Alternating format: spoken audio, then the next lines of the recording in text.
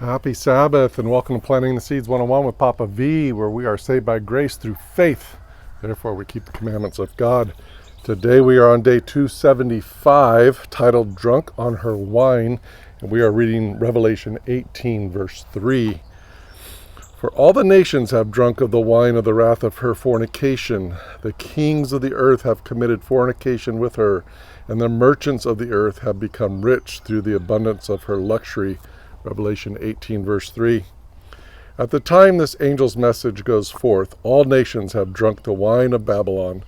Notice that this wine, representing her false teachings, is also called the wine of her fornication. The leaders of nations and of commerce are singled out as two groups particularly attracted to and benefited by this wine. Why? Interestingly, Pope Leo the 13th, in his encyclical Libertas, stated, "Civil society must acknowledge God and must obey and reverence his power and authority on earth.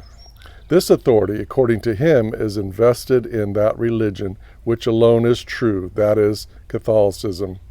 Yet Jesus warned of such power, saying, 'The kings of the Gentiles exercise lordship over them, and are called benefactors, but not so among you,' Luke 22, 25, and 26. This kind of so-called benevolent tyranny is not what Jesus envisions for his kingdom." Note that was Pope Gregory, Pope Leo the 13th, and our new Pope took his name as Pope Leo the 14th now. All right, just a little side note.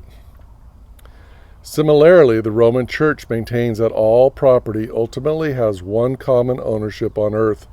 According to Pope John Paul II, in his encyclical Laborum Exercens, the Church has never upheld the right to private property as absolute, and that a position that defends the exclusive right to private ownership of the means of production remains unacceptable. The Church ultimately claims authority over all the earth and makes herself and her cohorts the benefactor of her wealth and power. While such doctrine may be advertised as benevolent stewardship, its real character is revealed by the mark of the beast crisis. Those who will not submit to violating the law of God by keeping holy the first day of the week, Sunday, will be oppressed by the leaders of the earth and will be cut off from all commerce.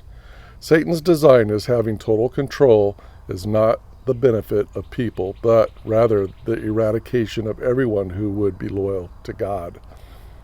The prayer, "Dear God, I choose to never bow to Babylon. I deserve to remain true to you by the power of your Spirit to the end. Amen."